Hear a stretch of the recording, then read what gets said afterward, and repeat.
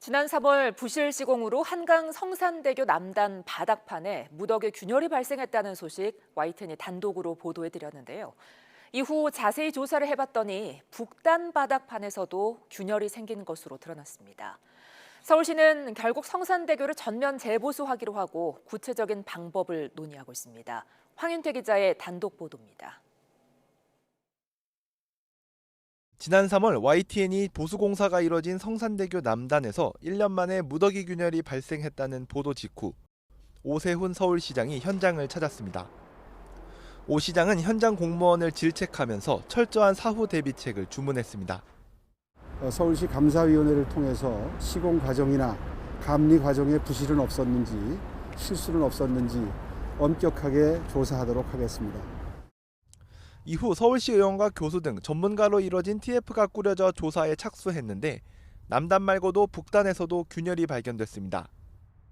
성산대교 북단 접속교 부근입니다. 남단보다 먼저 보수공사가 시작됐는데 비슷한 시기에 바닥판에 균열이 발견된 것으로 파악됐습니다. TF는 성산대교 전반에 생긴 균열이 다리 안전에 영향을 미칠 가능성은 적지만 재보수가 필요하다는 입장을 낸 것으로 파악됐습니다.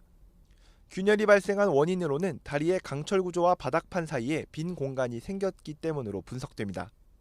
들뜬 부분이 좀 있어요. 그런 부분을 어떤 재료로 어떤 방식으로 보수를 해야 안전성을 더 높게 할 것이냐, 그 부분에 대한 논의가 있는 걸로 제가 알고 있거든요. 서울시는 성산대교 남단과 북단 모두 손상 형태나 균열 모양이 비슷한 만큼 같은 공법을 적용하기로 하고 구체적인 공사 방식을 고민하고 있습니다.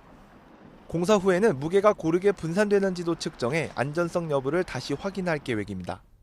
그 들뜸이 발생 부분에 대해서는 그 원 상태로 체험을 해야 되는 거죠. 체험을 하고 재하 시험을 통해서 하중이 제대로 작용받고 있는지 이런 부분을 시험을 할 거예요. 부실 공사 책임을 가리기 위한 절차도 진행되고 있습니다. 서울시 감사위원회는 지난 4월 관련 부서에서 기초자료 수집 절차를 끝내고 본격적인 현장 감사에 돌입했습니다. 시민단체 고발을 접수한 경찰도 지난달 고발인 조사를 마친 가운데 서울시 감사 결과가 발표되는 대로 본격적인 수사에 나설 방침입니다. YTN 황윤태입니다.